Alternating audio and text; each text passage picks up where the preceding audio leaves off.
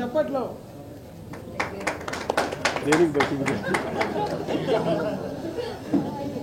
మీ అందరికీ తెలుసు కదా, నవీన్ కానీ తమన్ కానీ అందరూ మామూలుగా మా టీం కదా, దానికి క్యాజువల్గా కంగ్రాచులేట్ చేయడానికి కళ్యాణ్ కూడా ఫస్ట్ టైం పెద్ద సినిమా తన పేరు అన్నీ విష్ చేయడానికి వచ్చాను క్యాజువల్గా.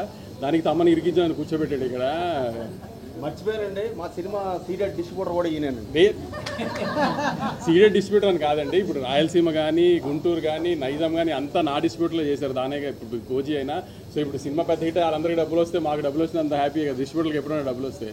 సో అది విషయం కంగ్రాట్ చేయడానికి తమన్ దగ్గరికి సుజిత్ దగ్గరికి వచ్చాను నేను. దానికి ఇరికించి కూర్చోబెట్టాడు. కానీ చాలా మీమ్స్ చూస్తున్నా పొద్దు నుంచి. మా 12 ఏళ్ళు ఆకలి తీర్చేశారు, ఇది అత్తారింటికి దారి తర్వాత అలాంటి ఆకలి తీర్చావు అనేది. సో సుజిత్ ఆ గబ్బర్ సింగ్ అది వేసి ఆయన బయటకు వస్తూ అరుస్తూ గబ్బర్ సింగ్ నుంచి అలాంటి మూమెంట్ నుంచి సుజిత్ ఈ మూమెంట్కి వచ్చాడంటే ఎంత ప్రైడ్ మూమెంట్ చూసారు. అది సెలబ్రేట్ చేయడానికి వచ్చాం అంతే. Very very happy.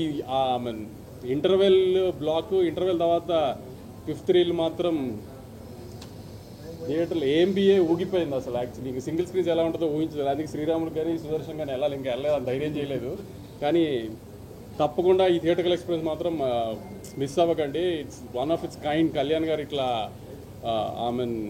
కళ్యాణ్ గారి మీద ఉన్న ప్రేమ అది కనబడుతుంది స్క్రీన్ మీద. సుజిత్కి తమన్కి నవీన్కి వీళ్ళందరికీ ఉన్నది. ఇంకేమన్నా సినిమాని మాత్రం థియేటర్ చూడటం మిస్ అవ్వకండి. అది సినిమా వాళ్ళది. మీరు Q&A ఉంటే ఆల్రెడీ